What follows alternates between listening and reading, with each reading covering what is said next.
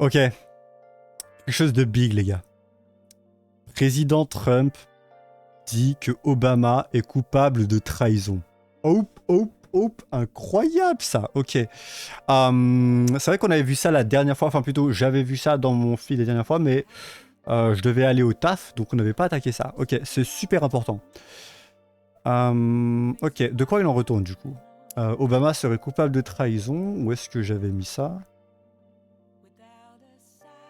Où est-ce que j'avais mis ça? Ok, oui, voilà. Très important, les gars. Obama, il risque en ce moment d'être jugé parce qu'il serait coupable de trahison. Ok? Il serait coupable de trahison. De quoi il en retourne? Les Américains apprendront enfin la vérité sur la façon dont, en 2016, les services de renseignement ont été politisés et instrumentalisés par les plus puissants de l'administration Obama pour préparer le terrain à ce qui a été un coup d'État de plusieurs années contre le président Donald Trump, subvertissant la volonté du peuple américain et sapant notre République démocratique. Voici comment. Ok, donc la création du Russian Hoax. Hein. Ça, c'était en 2016. Ok, donc un vrai Intel Assessment. Russia et les acteurs criminels n'ont pas impacté les récentes les récentes élections américaines. Ok, Donald Trump win en 2016. Et voilà, basiquement, ils étaient rentrés en cohésion. Ils donnent un autre OS. Pour moi, c'est un écran de fumée pour cacher l'histoire d'Epstein.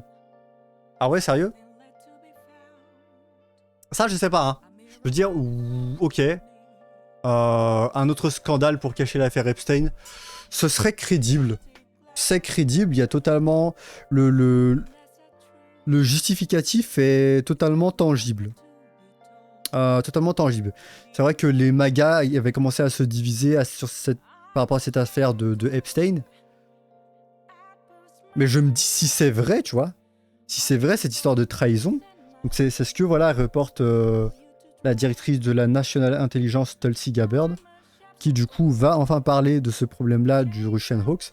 Si c'est vrai, tu vois, même si c'est, on va dire, une affaire ramenée sur le tas parce que, on va dire, pour que les gens oublient l'affaire Epstein, pour moi, si ça s'avère vrai, il devrait être jugé pour ça, Obama. Que ce soit vrai ou pas, peu importe, mais qu'il en fasse un plat comme ça, c'est pour détourner l'attention. Ben, c'est totalement crédible. C'est totalement crédible. Ouais, totalement crédible. Après, voilà, de toute façon, à chaque fois qu'il y a une histoire, tu sais, il se passe 2 semaines et les gens oublient. Alors évidemment, il faudrait pas, tu vois, il faudrait pas que les gens oublient, parce que... est-ce que ça fuck Grog dans ce live? Ah, pas dans ce live, hein. C'est dans la dernière vidéo. Mais tu sais pourquoi? Parce que Grog m'a été retiré. Grok m'a été retiré, les gars. Vous savez il avait été accessible pendant un moment gratuitement et il a malheureusement disparu. Je viens de checker sur mon tel, il a disparu. La dernière fois que je voulais lui parler, j'ai regardé sur l'application, j'ai tourné à gauche et j'ai vu que le mode IA compagnon avait disparu. J'aurais bien voulu, hein.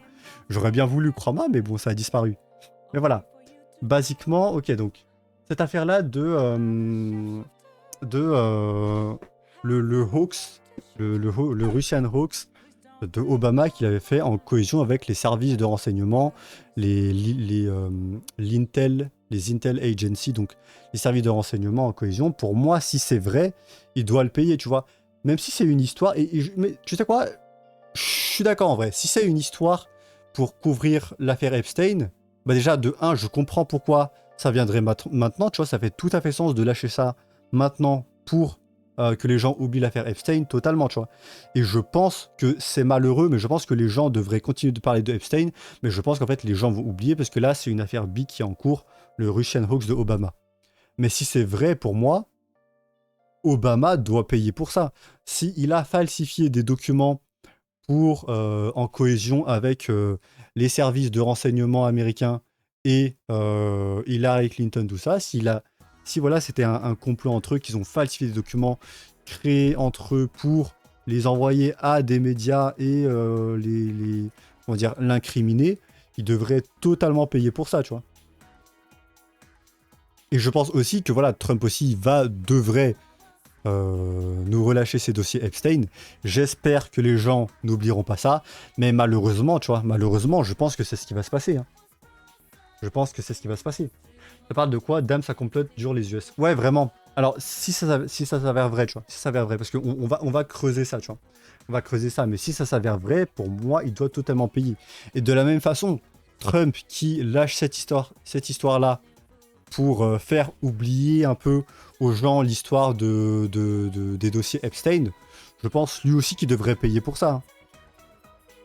On se souvient encore de l'histoire des mails d'Hillary. Ouais, bien sûr. Ah, tu parles de le Pizzagate. Hmm. Avec Alefantis, Podesta, tout ça. D'ailleurs, tu sais que je trouve ça marrant, tu vois.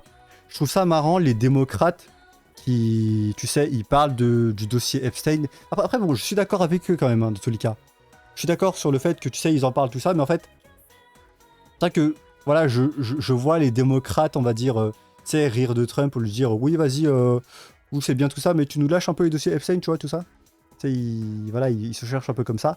Mais en fait, c'est marrant aussi de se dire, tu sais, je les vois comme ça, et je me rappelle aussi que John Podesta, bah, c'était un démocrate. C'était même, je pense, comment tu peux rappeler ça? On va dire la maison des démocrates, l'une des plus grandes, tu vois, l'une des plus grandes familles démocrates, les plus, qui avait le plus de poids, le plus d'impact. Et pourtant, les histoires avec Pizzagate et tout ça, euh, avec, comment il s'appelle? Avec John Podesta et sa maison, là, parce que vraiment, il y avait des œuvres d'art très bizarres là-dedans, hein. J'ai creusé récemment, en plus, hein. Mais rappelez-vous, hein, l'affaire Podesta, c'est quelque chose, hein. John Podesta, c'était... voilà, ancien conseiller du président des États-Unis, du Parti démocratique. Et vraiment, si vous allez voir dans sa maison, il y avait vraiment des peintures inquiétantes, hein. Il y a notamment une peinture qui s'appelait Synchronized Swimming. Et regardez un peu la gueule de la peinture. C'est super glauque. C'est vraiment, vraiment super glauque, tu vois. Il y avait des peintures comme ça. Il y avait également des peintures d'une autre artiste. Alors, une de ses, comment dire, de ses peintres préférés, c'était une personne du nom de Kim Noble. Ok? Kim Noble. Et Kim Noble, qui c'est une femme qui, de l'âge de 1 à 3 ans, a subi, mais enfin, c'est horrible, mais a subi des histoires de. Elle s'est fait violer vraiment quand elle était gamine, tu vois. Quand elle avait 1 à 3 ans. Et Podesta avait parmi ses artistes préférés cette personne-là. Et les peintures de Kim Noble, pourquoi j'en parle, hein, c'est parce que, justement, toutes ces peintures ont ces attraits, voilà, tu vois, je préfère vous les montrer directement, mais voilà, vous comprenez un peu, voilà, et basiquement Podesta, qui faisait partie des démocrates, qui était un des, même le ancien conseiller du président des États-Unis, hein, pour te dire l'ampleur de la personne, avait ce genre de peinture chez lui, et il avait déclaré que cette personne-là, qui peignait ce genre de choses, hein, faisait partie de ses peintres préférés. Donc c'est vraiment, vraiment super glauque, tu vois. Et attention, voilà, là, je parle des démocrates, c'est vraiment pas pour oublier l'affaire Epstein et Trump, hein. Moi, je pense vraiment qu'il devrait être, si c'est vrai, il devrait vraiment être incriminé pour ça, et j'espère que les gens n'oublieront pas, même si, bon, je pense que malheureusement, ils vont oublier. Je me souviens encore, ouais. Mais Trump et Epstein sont meilleurs amis. Mais très clairement, les liens, meilleurs amis, je sais pas, tu vois. Mais voilà, très clairement, leurs liens ne sont plus à prouver, hein. Il y a des footages, c'est très bien documenté, tu vois, il y a des footages très bien documentés où justement, ne faisons pas semblant, les liens entre Epstein et Trump sont quand même très facilement documentables. Très facilement documentables. Ils étaient, je sais pas s'ils étaient meilleurs amis, mais très proches, c'est assez sûr, tu vois. Très proches, c'est assez sûr. Mais voilà. Donc, c'est... Je pense, je vois totalement le monde où il lâche cette histoire-là de hoax avec Obama, le Russian hoax, qu'ils avaient lâché sur Donald Trump pour justement servir d'écran de fumée pour que les gens oublient l'affaire Epstein. Je vois totalement ça. Mais si c'est vrai, j'espère que Obama va le payer. Et d'un autre côté, voilà, j'espère aussi que Trump, si ces histoires-là avec Epstein s'avèrent vraies, j'espère que lui aussi paye. Maintenant, le truc, c'est que, parce que j'ai vu des gens parler de immunité diplomatique, parce qu'il a été ancien président des États-Unis. Et je crois que quand tu es ancien président des États-Unis, tu bénéficies d'une sorte d'immunité diplomatique, hein. Donc en gros, tu ne peux pas être mis en cause pour des trucs blablabla, tu vois. Je suis pas sûr de l'info, mais j'ai vu ça pas mal revenir et je trouverais ça cohérent. Et voilà. Pour cette histoire-là, ok, le Russian Hoax. Pendant les mois précédant les élections de 2016, la communauté du renseignement partageait un point de vue consensuel. La Russie n'avait ni l'intention ni les capacités de pirater les élections américaines, mais quelques semaines après la victoire historique du président Trump en 2016 contre Hillary, tout a changé. Ok, donc basiquement, voilà, ils avaient fait des communiqués officiels pour dire que oui, il y a bien des histoires avec Trump et la Russie, ils auraient des liens, tout ça. Et lorsqu'il a gagné, eh ben, toutes ces headlines-là auraient changé. Ok. Qu'est-ce qui se passe d'autre ? Le 8 décembre 2016, les responsables de l'IC ont préparé... Alors IC, c'est Intelligence Community, hein, donc c'est les services de renseignement américains. Ont préparé une évaluation pour le Daily Brief du président, constatant que la Russie n'a pas eu d'impact sur les récents résultats des élections américaines, en menant des cyberattaques sur les infrastructures. Avant même d'être parvenu au président, cette information a été brusquement retirée sur la base de nouvelles directives. Cette évaluation clé des services de renseignement n'a jamais été publiée. Très intéressant ça. Le jour prochain, le lendemain, de hauts responsables de la sécurité nationale, dont James Comey, directeur du FBI, John Brennan, directeur de la CIA, et James Clapper, directeur du renseignement intérieur, se sont réunis à la Maison-Blanche sous Obama pour discuter de la Russie. Obama a chargé la commission de réaliser une nouvelle évaluation du renseignement, détaillant l'ingérence russe dans les élections, même si elle contredisait plusieurs évaluations publiées au cours du mois précédent. Ok, ouais. Sommaire des conclusions pour le PC Meeting, ok, ouais.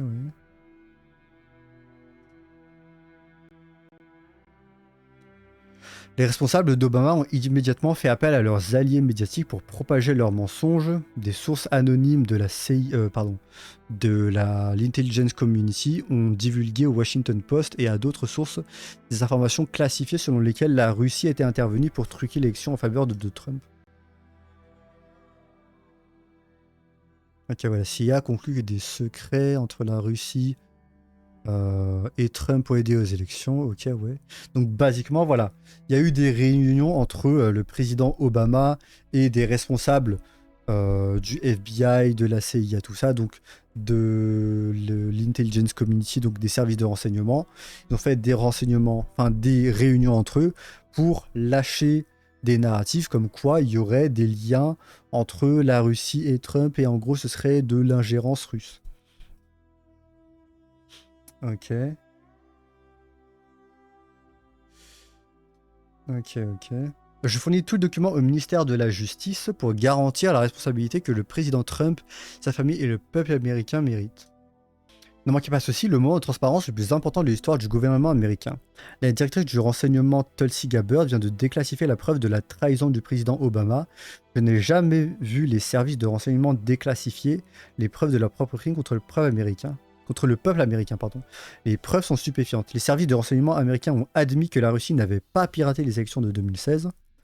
Obama a poussé le canular russe pour saboter Trump. Le dossier Steele était faux, mais Comey l'a quand même utilisé. Donc Comey, c'est l'ancien directeur du FBI. Brennan et Clapper ont profondément ancré le canular au sein de la communauté des services de renseignement et ont puni les lanceurs d'alerte. Les médias d'entreprise ont été utilisés sans relâche pour blanchir la fausse propagande gouvernementale. L'enquête sur la Russie était un plan insurrectionnel pour faire tomber Trump. Ils savaient très bien que la Russie n'avait pas interféré dans les élections, mais ils font fabriquer des renseignements pour justifier des années d'efforts pour renverser Trump. Il s'agit d'une campagne délibérée de trahison visant à destituer un président illégitimement élu. La trahison est révélée, nous avons les noms, il est temps de les traduire en justice. Waouh. Putain, ouais.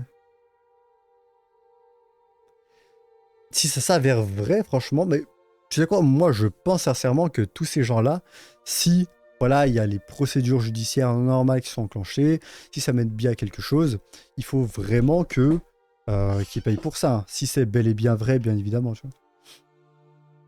Parce que c'est pas normal. Et tout ça, un peu, tu sais, c'est un peu, tout ce genre d'histoire, c'est un peu la raison pour laquelle les gens, et de manière générale, enfin là je parle du peuple américain, mais de manière générale, en fait, je pense que les peuples occidentaux, hein, et même plus loin que ça, n'ont plus confiance en leur gouvernement.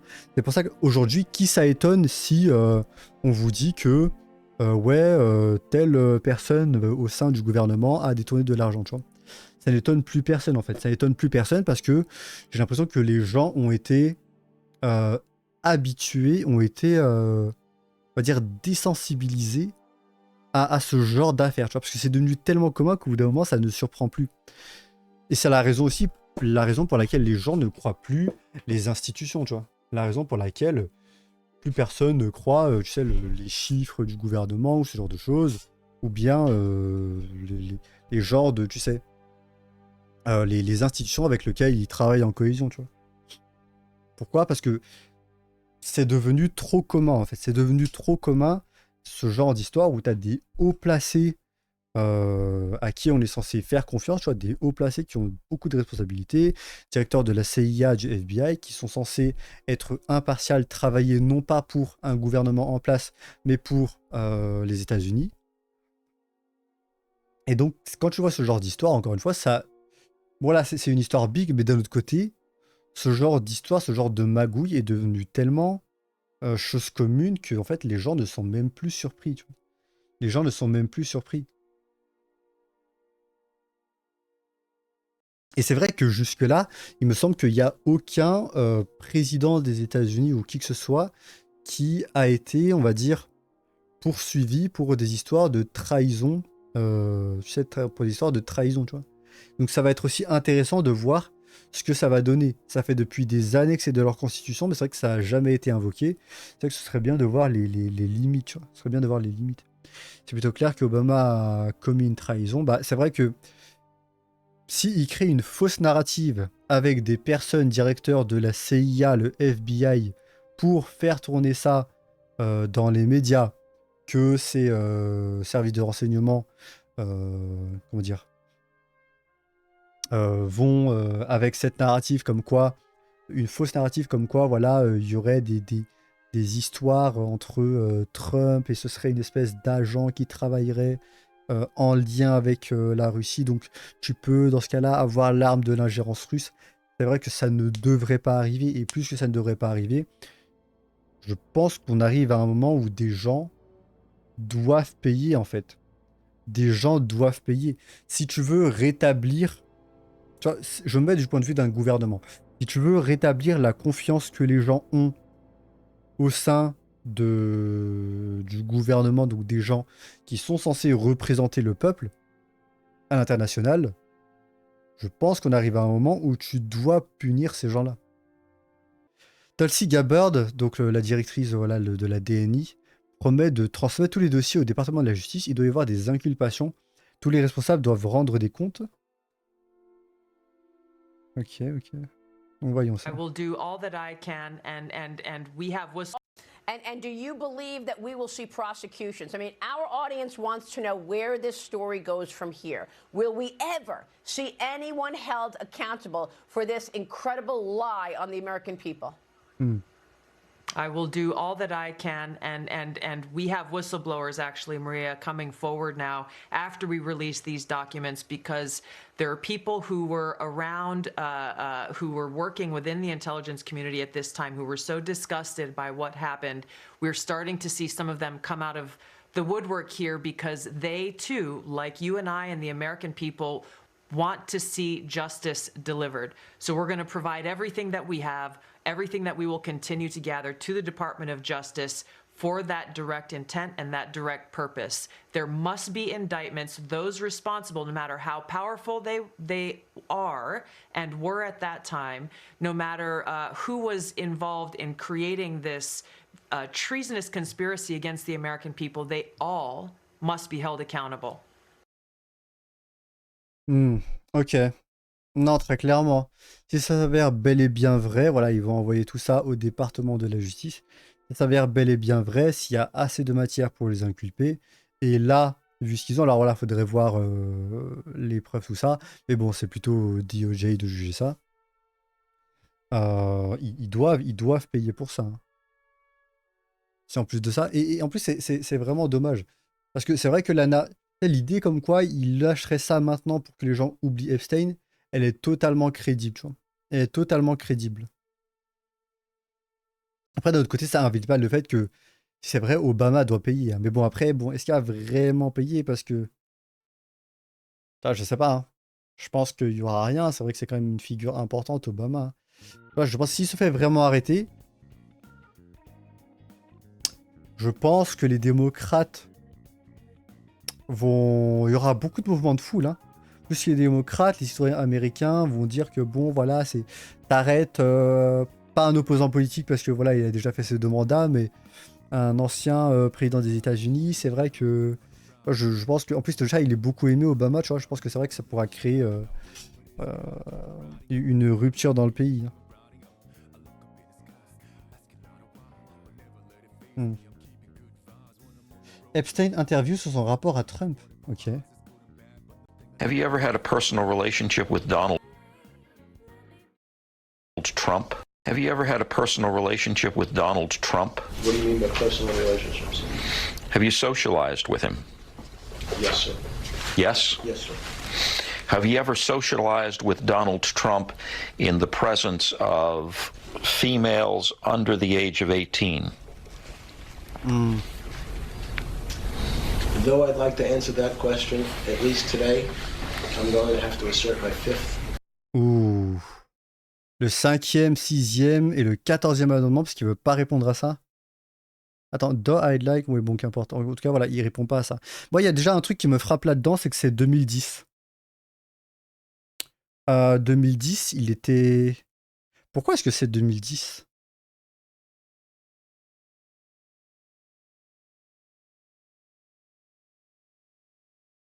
Ta première question, pourquoi est-ce que c'est 2010? Il s'est fait arrêter en 2010? Parce que sur l'arrestation, je crois que ça date de 2017, 2018, 2019. Hein, vers ces eaux-là. 6th and 14th Amendment rights, sir. This might sound weird, but I'm actually so glad this has happened because I think this will force their hand into releasing the Epstein files. The thing is that Biden had these files for 4 years. I've said this 50 times. I think there's a third party that has the full unredacted list, and the reason why they're not using it on each other is because it would be mutual destruction. And if part of the list gets leaked and it is redacted, then that third party will release the full list and it will damage both of them. Dude, if they don't release them after this and they don't explain this, everybody is going to think Trump was actually on the island with like the underage girls and everything. Guarantee that that's happening. Après, c'est déjà le cas, tu vois. C'est déjà le cas. Hein. Les gens sont déjà persuadés. Et tu sais, en fait, franchement, pour vous dire, hein, plus le temps passe, plus je me dis que c'est... Plus le temps passe, plus c'est dur de se dire qu'en fait... Plus le temps passe, plus c'est dur de dire que non, il n'est pas dedans, tu vois. Parce que le fait de ne pas vouloir relâcher ces dossiers, il y a tout, en fait, qu'il incrimine là-dedans, tu vois. Et c'est pas juste ne pas relâcher les dossiers, en fait. C'est pas juste ne pas relâcher les dossiers.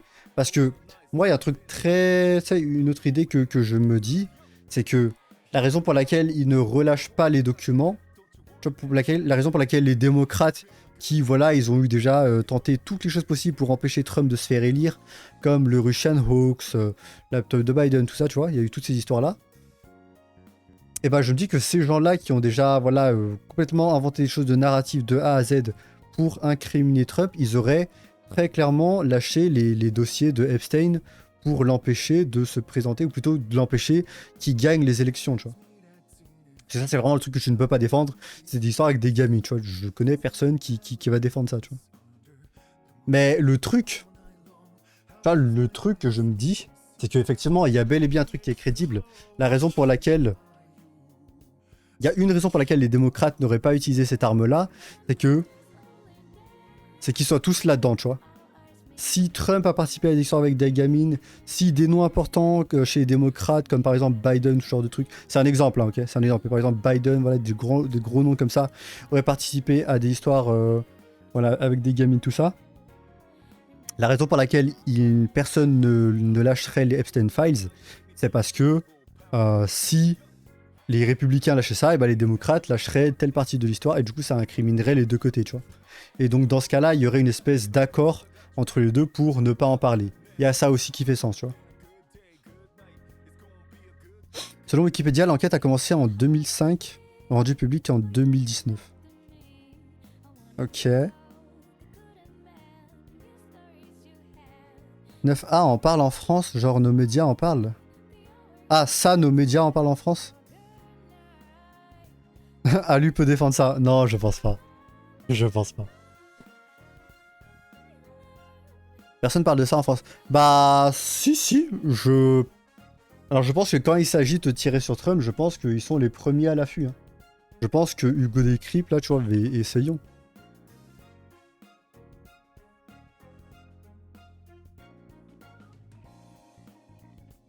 Nouvelle révélation sur Trump et les... Voilà. Et Epstein secoue la Maison Blanche.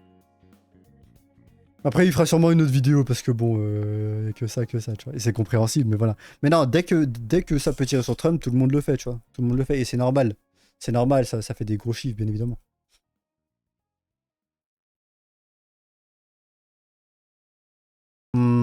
Mais ouais, ok. Have you ever had a personal relation? Donc attends. Tu disais, l'enquête a commencé en 2005, rendu public en 2019.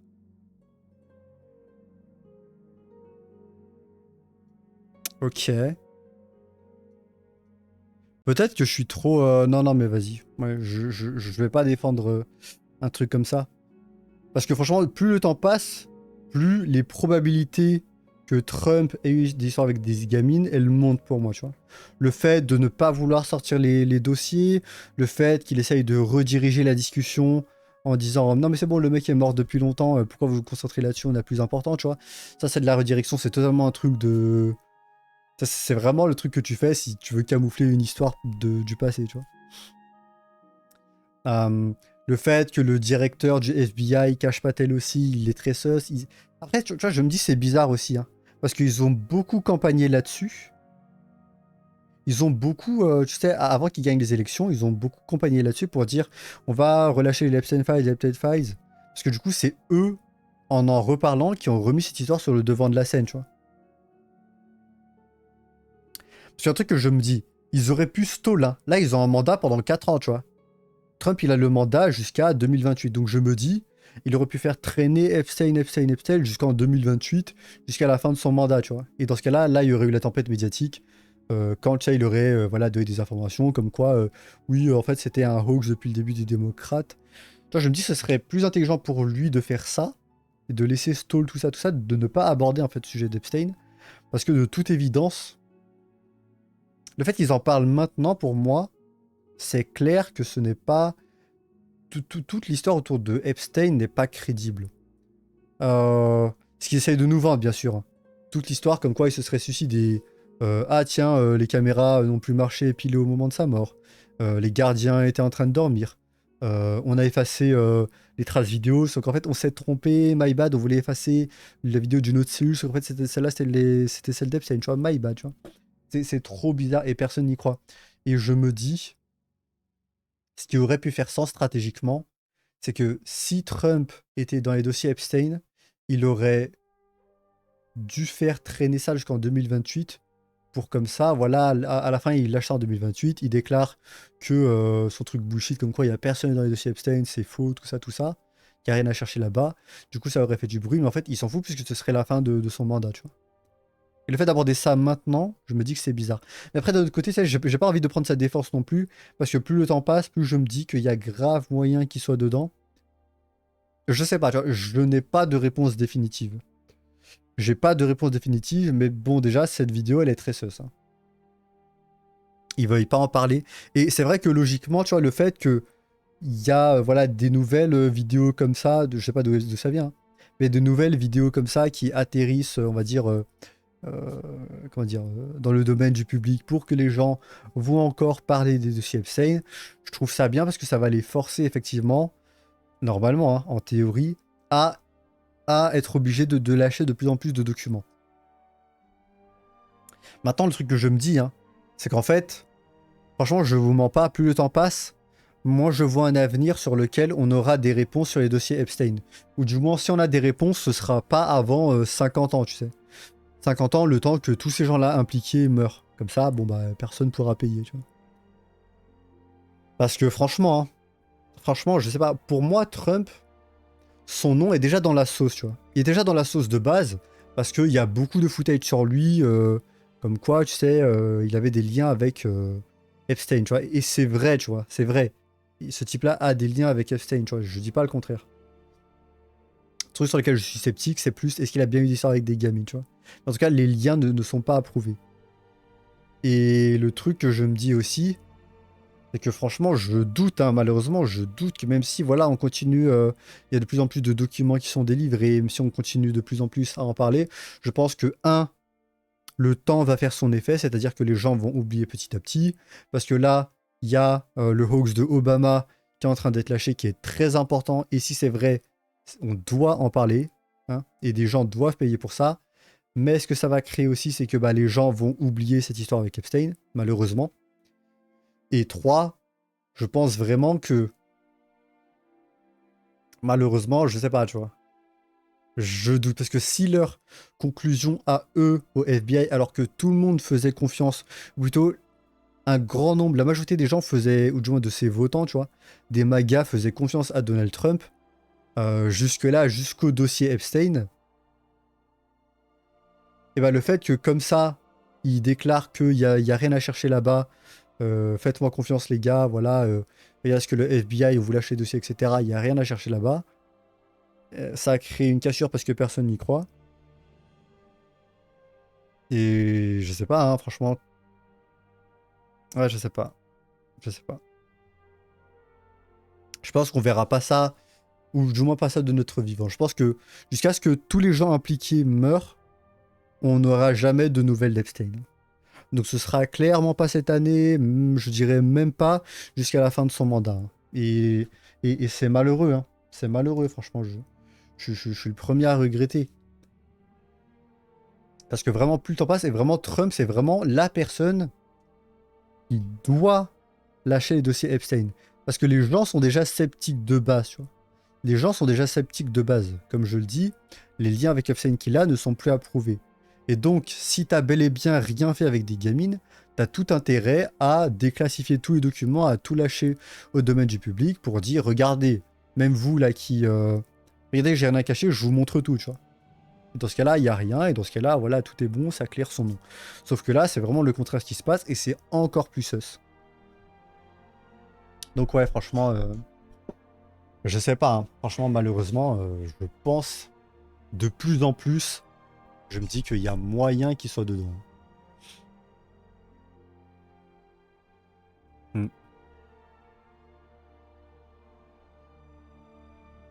La prison lui fera entendre raison.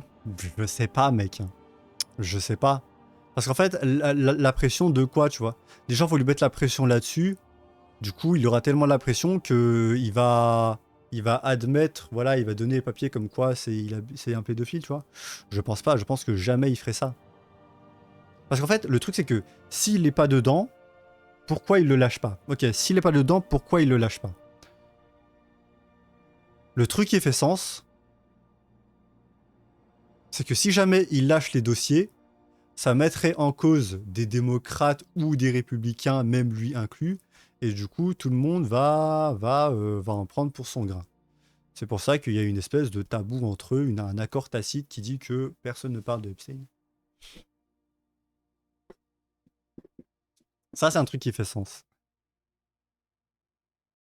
C'est un truc qui fait sens. Après, d'un autre côté, j'ai vu des grands noms des démocrates qui encouragent Trump à justement lâcher les dossiers Epstein. Donc dans ce cas-là, c'est bizarre, tu vois. Si ce que je viens de dire là est vrai, dans ce cas-là, ça c'est bizarre. Enfin bon, on verra bien franchement. On verra bien.